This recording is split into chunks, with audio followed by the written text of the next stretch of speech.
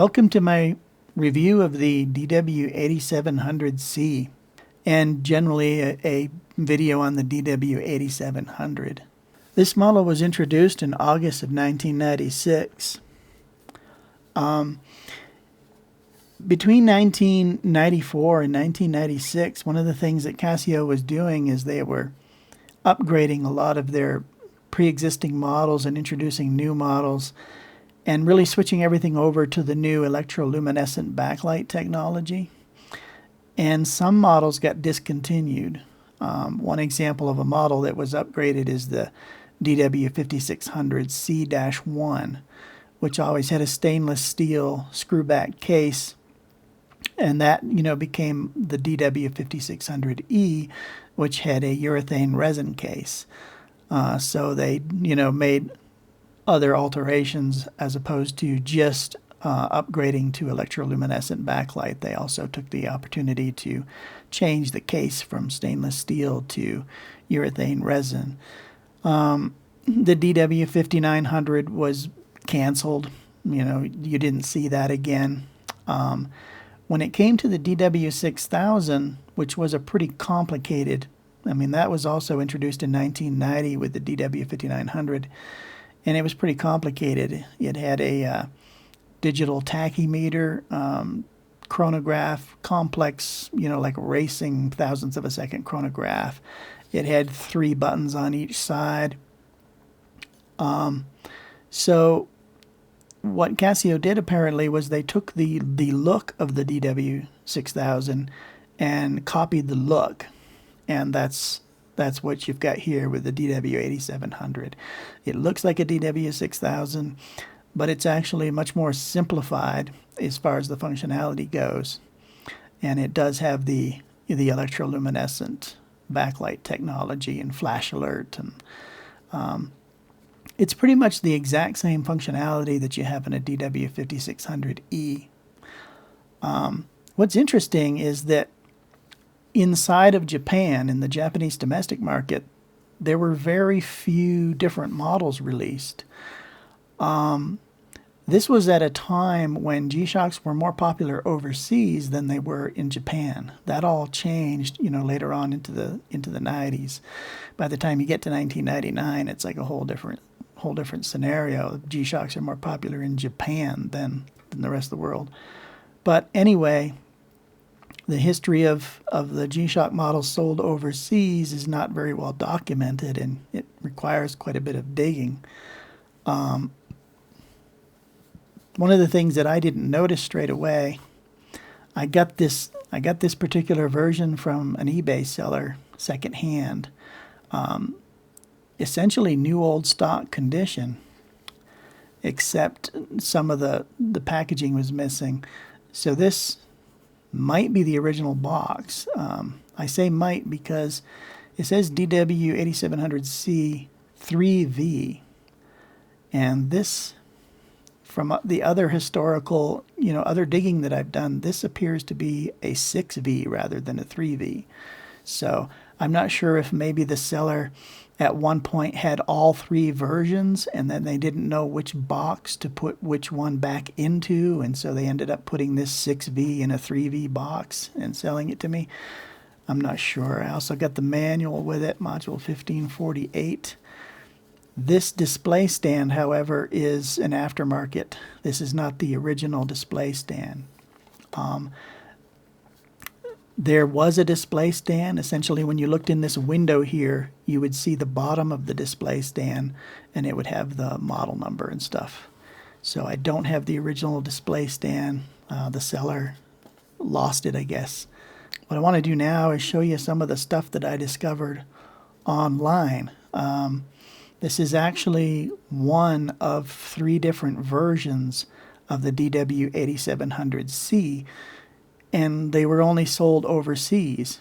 There's also another model beyond that, so let's take a look at that now. When I'm researching a particular G-Shock model, one of the tools I use is Casio Japan's G-Shock Perfect Search tool, and as you can see, there are only 4 results for DW8700. These two here, they have an 11,000 yen price tag. These were the introductory models in 1996. And then these with a 14,000, so the price went up, 14,000 yen. These two were released in 1999, kind of a reissue, I guess. So here you have August 1996 release, and then here you have March of 1999. Now this was a deluxer version, so I guess you were getting a little more for your money. It had 1999 in the backlight. It had a bunch of different resin straps. There's 10 resin straps, which you could purchase separately, apparently. So this is what you actually got. It's kind of a big package here. I think you got 3 straps in all. There was 1 strap already attached, and then there was a resin strap and a cloth strap, and then there was also a G-Shock keychain. So you got all of that stuff for your 14,000 yen. And then there were also a dozen different cloth straps. So you could, sort of customize your DW8700 G-Shock.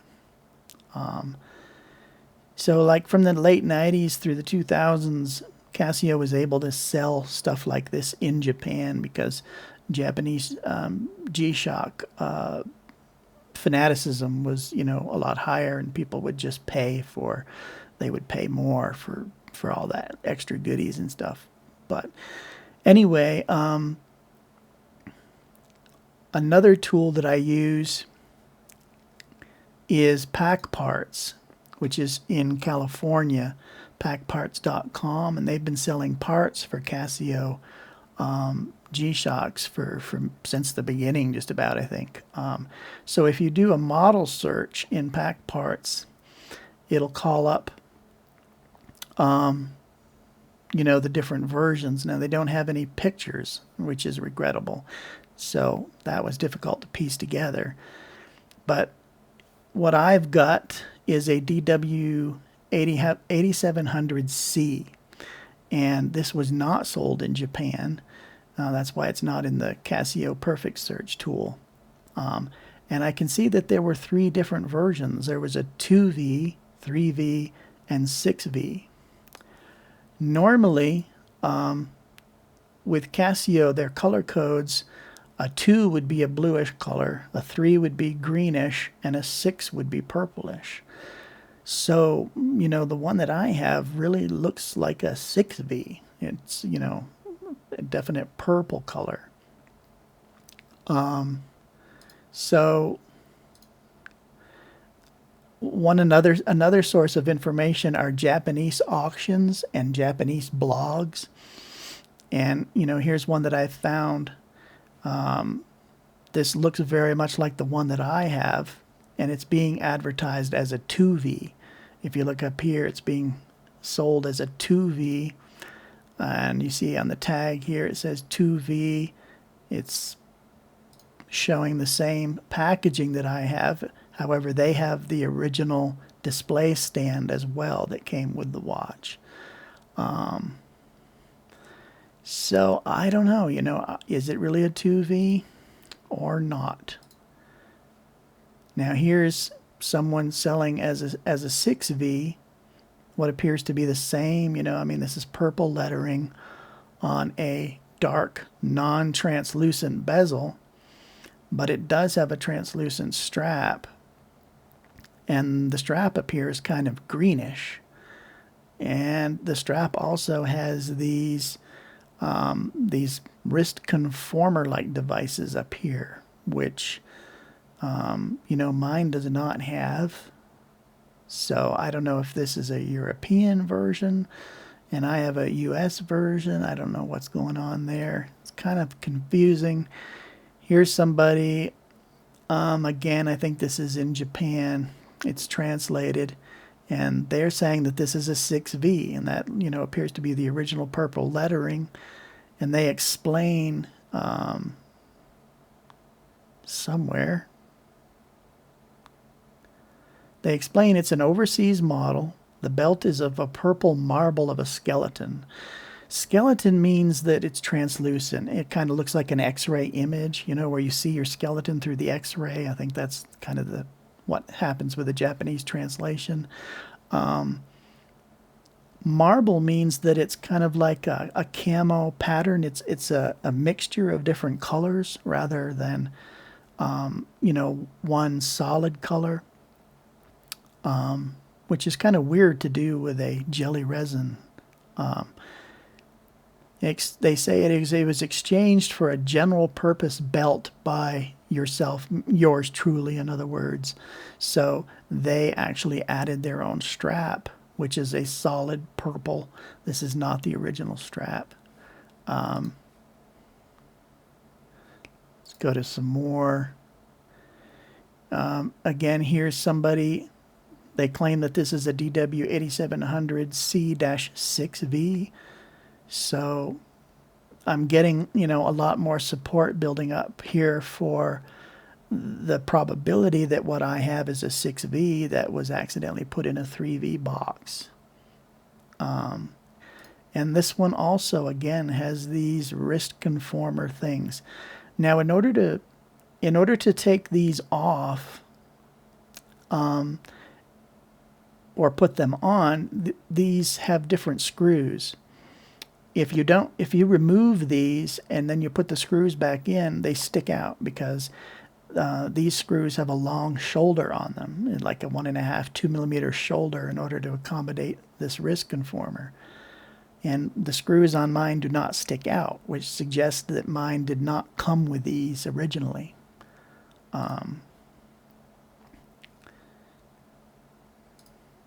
Lost my place here. Okay, now here's another one, and you can see this is a light blue color. This one is not, the person isn't stating. I mean, they just say that it's a DW8700. They apparently don't know what it is. It has a blue large plastic button on the light button. The strap kind of looks greenish. So, I don't know. Light blue with kind of a greenish translucent strap. Here's another example of a purple one like mine. You can see they've got the original display stand. And here we go again with the light blue. These are both the same watch. And if you look at the strap, it has a greenish color, you know, sort of purple and green, and that may be close to what it originally was, because, you know, I'm seeing people saying that it was a marbleized skeleton or marbleized translucent strap. So kind of a light blue and green is what I'm seeing here. They're advertising it as a 3V, and according to Casio color codes, where do I have that? A 3 is a greenish. Typically, 3 means green or greenish. So let's go. Now this is what really floored me. Here's somebody selling all 3. The photo is not very good. It's not high resolution. So they have them in order here. There's a dark blue, light blue, and purple. And then also another model that I knew nothing about. Again, this is another overseas model. It's actually a G-Lide. But let's go down here in the description, and you see DW8700, 2V, the V is missing here, 3V, 6V, and then 7V, which is this is the 7V over here. So what this person is saying, if they, 2V, 3V, 6V, 7V, now I'm guessing that they follow the same order in the photo. So this is a 2V, this is a 3V, and this is 6V. And this would be the 7V. This is actually a DW8700 SG-7VT, I believe.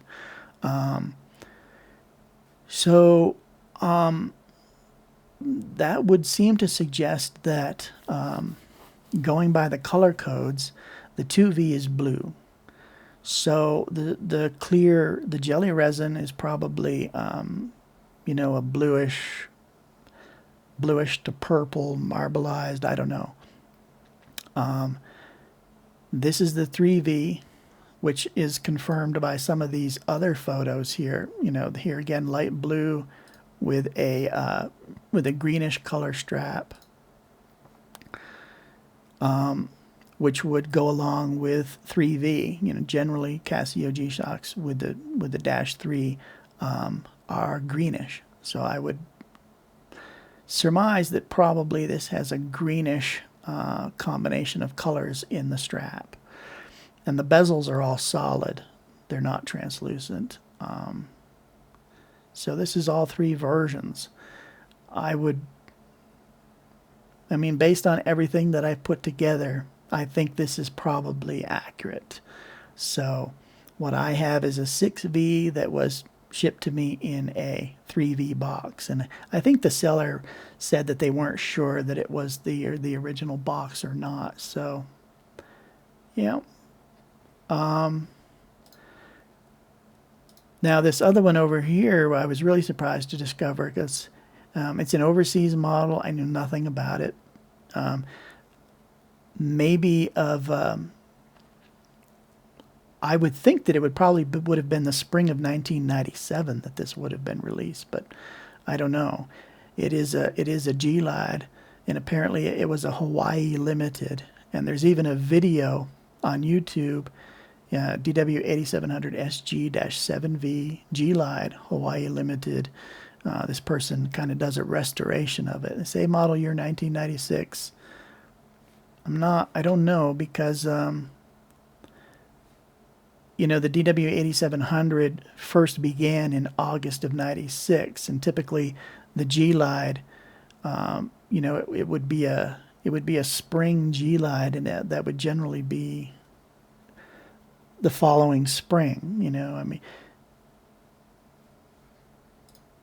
but I don't know, hard to say. Here, here are some more photos of this Hawaii limited DW8700 SG-7, and you know, like this is much closer to probably how it appeared. This is yellowed to some extent, but not that badly.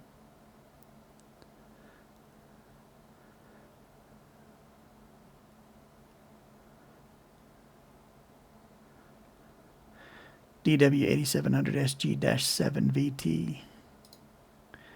And here again, this actually has the, well, this is the original packaging. It's like a clear plastic cube. I think there's another one that shows that. Yeah. So you've got like a clear plastic cube here is a user manual. And then this like cardboard triangle to watch. And then this one is yellowed quite a bit worse.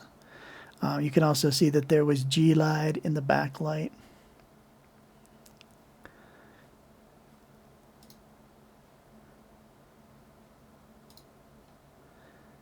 So yeah, this was pretty cool. Here you can see the G-Lide on the strap. It's weird that the G-Shock aficionados in Japan actually purchase overseas models, and there's more collecting and preservation of overseas models going on in Japan than there is overseas, apparently. All of the stuff sold overseas is just lost track of. I mean, people just throw it away, and you never hear about it again. And there's no historical record. There's no overseas perfect search tool. Well, so anyway,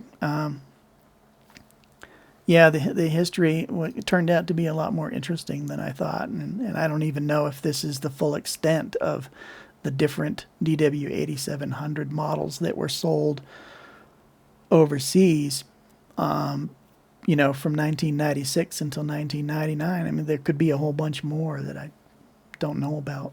If you guys know of any, Let me know in the comments. Pretty standard construction. You got the 16mm spring bars here, 4-screw case back with a simple round gasket. You have a big plastic light button here. Casio was pretty excited about their electroluminescent backlight technology back then back in 94 through 96. So they were quite bright back then as well. They turned down the brightness later on in order to reduce the power consumption. You get the usual Phillips head screws, 2 on each side, holding the bezel onto the case.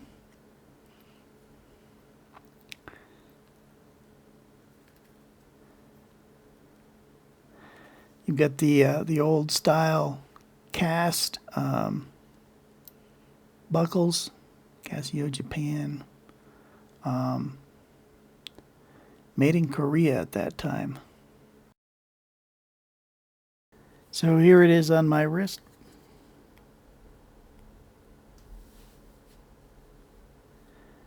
It's a little smaller than the DW6900. Probably an ideal size.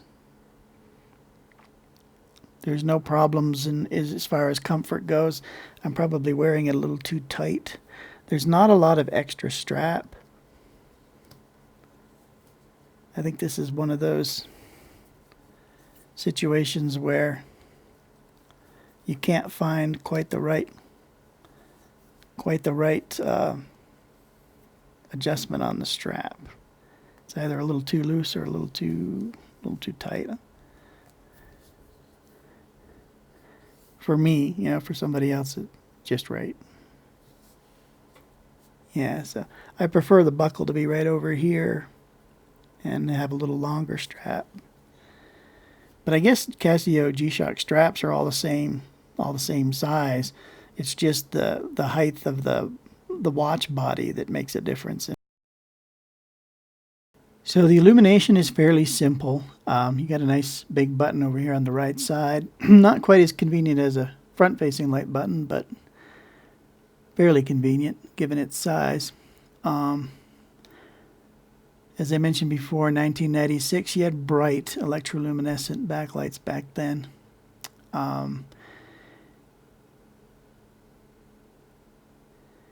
So my camera makes it look, I guess, about normal.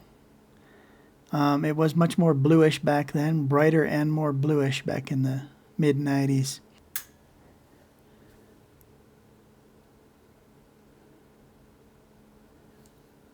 So it's definitely no problem reading this in the dark. It doesn't have auto light. That didn't come out until 1997. But it does have a full 2-second afterglow, so when you push the button and let go, it keeps on glowing for another couple of seconds. If you push the button and hold it, you can actually keep it going until your battery dies, I suppose.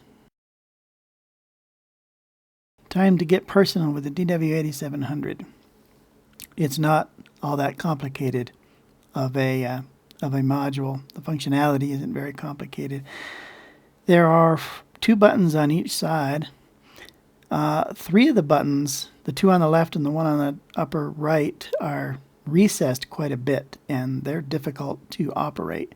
The light button is a large plastic. That's pretty easy to operate. So you've got a timer reset over here on the adjust button. On, off, light. They're actually referring to the flash alert. This is light and 12 or 24 hour. Unlike the DW6000, where this graph action actually meant something, when you're in the general timekeeping mode, this is just eye candy. There's 10 segments here. These fill up every 10 seconds, and then these indicate how close you are to the top of the next minute. So yeah, there you go. So with a new minute, these all clear here, and you start counting up. As soon as you get to 10 seconds, one of them fills. So that's just eye candy. So when you're on the home screen here, if you press and hold the upper right button, it will turn on flash alert, which you can see here, this little symbol. The light button, it just lights up the illumination, the EL backlight. The mode button just takes you from one mode to the next, alarm, timer, stopwatch, and then back to the home screen. So there's not that many modes. If you press and hold the mode button, nothing happens. So there's no button muting or auto display mode or anything. If you press the adjust button here at the top left, your seconds start flashing, and if you press the top right button, you can zero them out.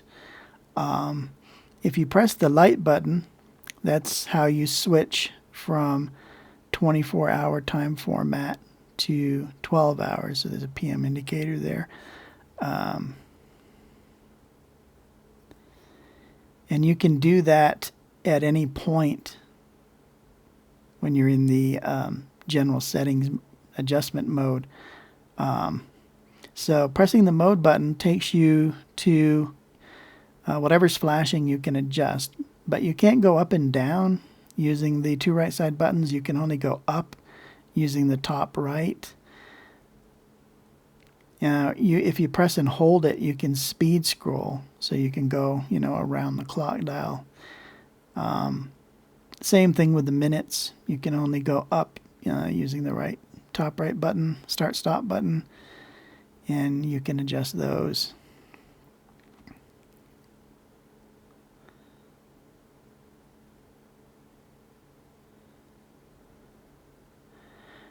Not as convenient as having, being able to go backwards, forwards, or up and down, both directions. This is the year. It does have a full auto calendar. It's good from 1995 until 2039. So it runs out in 2039.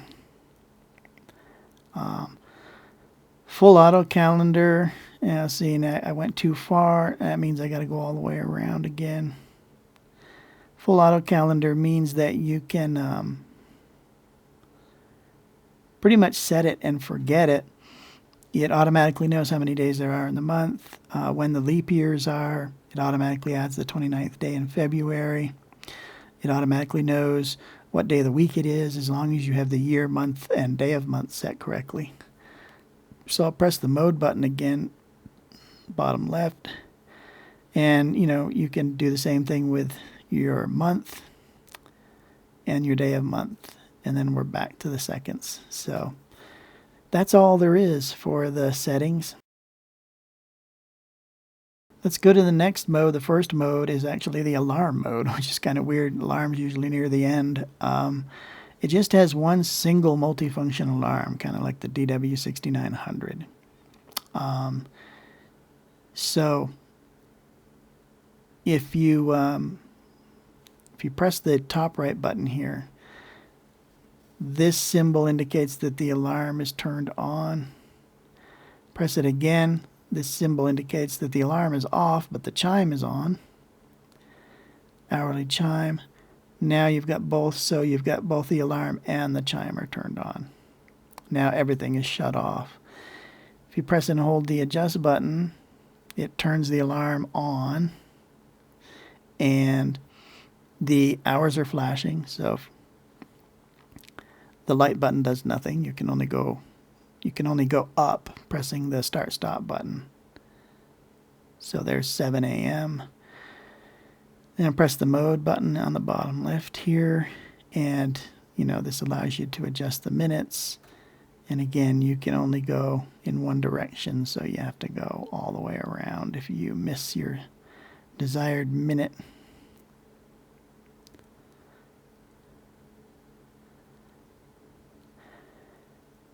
And this is a month setting. When it's hyphenated, it means it's not set. So right now the alarm is set for 7 a.m. and it's a daily alarm, so it will sound at 7 a.m. every morning, every day of the year. If I change this to, this would be February, what it'll do now is it will sound at 7 a.m. every day of the month of February. If I press the mode button, this is the day of month. And if you set that, so this is February 6th, 7 a.m. What it'll do now is the alarm will sound on February 6th at 7 a.m. once a year.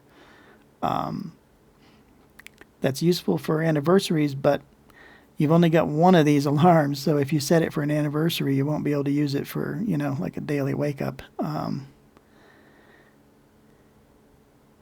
The other option is to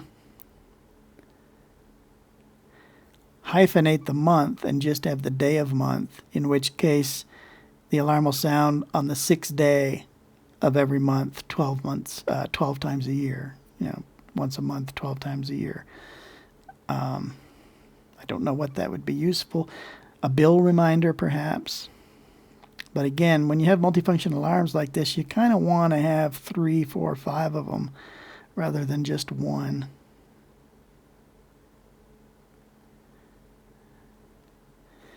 And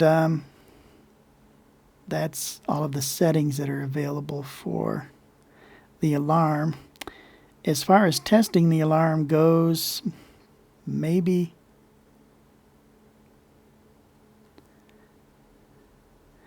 now the light button doesn't seem to do it. Start stop button doesn't seem to do it.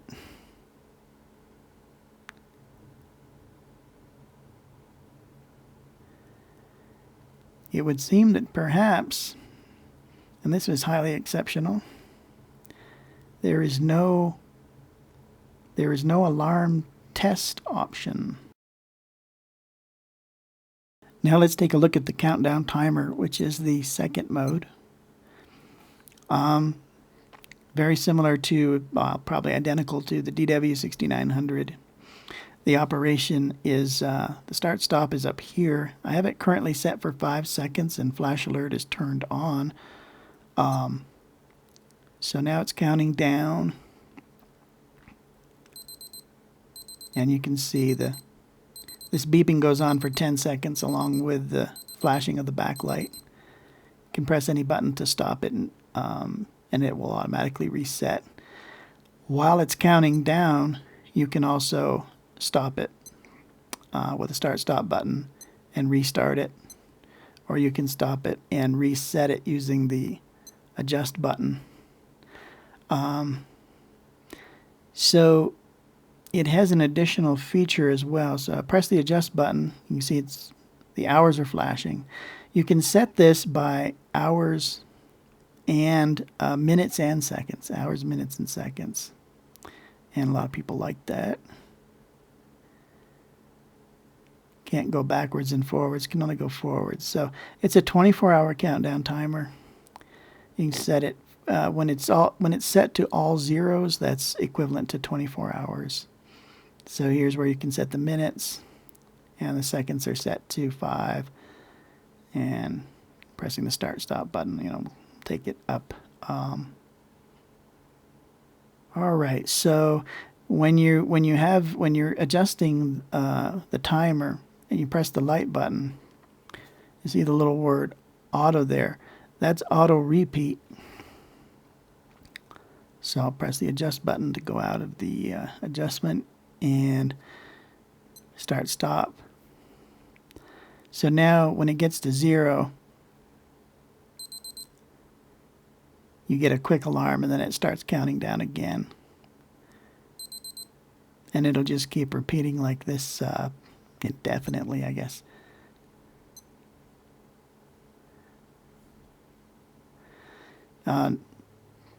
Now the light functions as a light until you go into the adjustment, and then the light turns the auto start, not auto start, auto repeat on and off.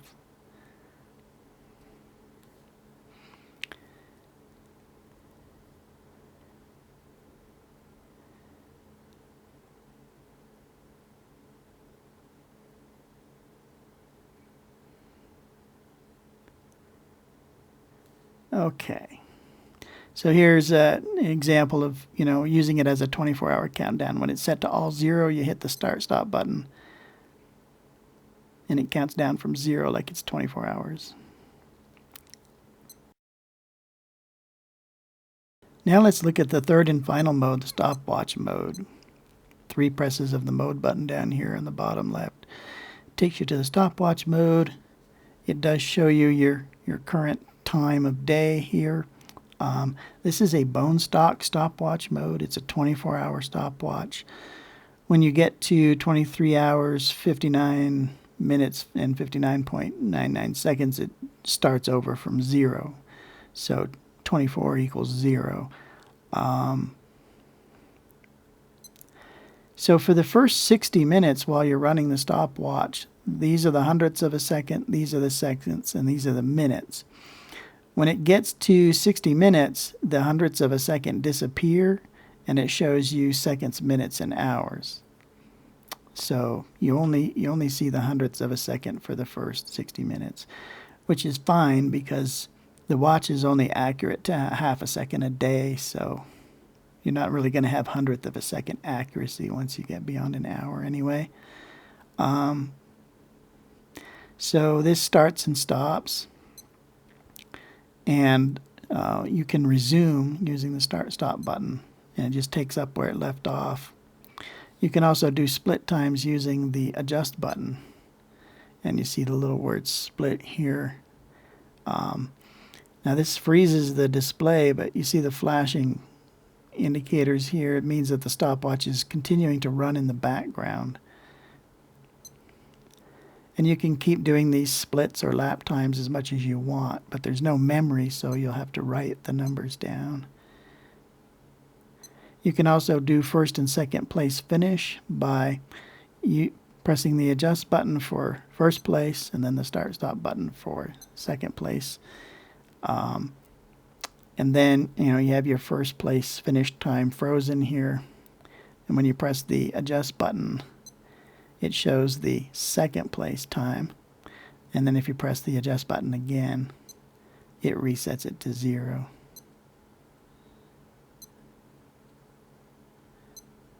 So I guess I could blather about this animation up here. It counts up, as you can see, I'm at 19.26. So this is about a quarter of a second.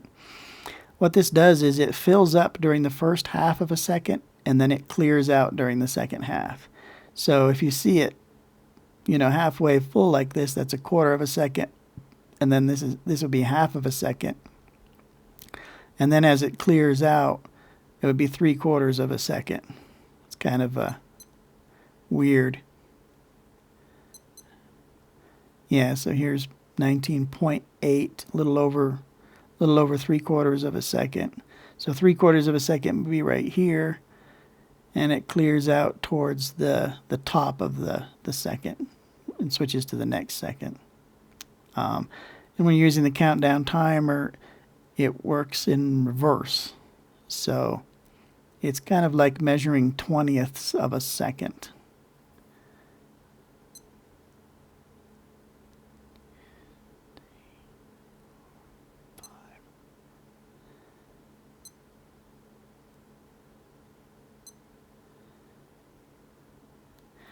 Here's a good example. We got 28.10, and we got 2 segments lit. So that's 2/20ths would be 1/10.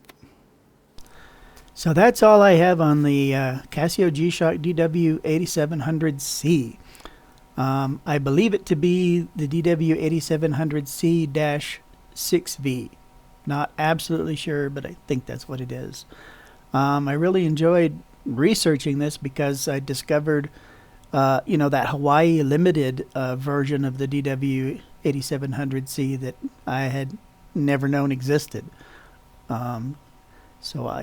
That's got to be a real collectible G-Shock if you can find one, especially that hasn't yellowed, that's been in dark storage. So I hope you found something interesting or enjoyable about this video, and if you feel like liking and subscribing, I totally welcome that. And I'll see you in the next video.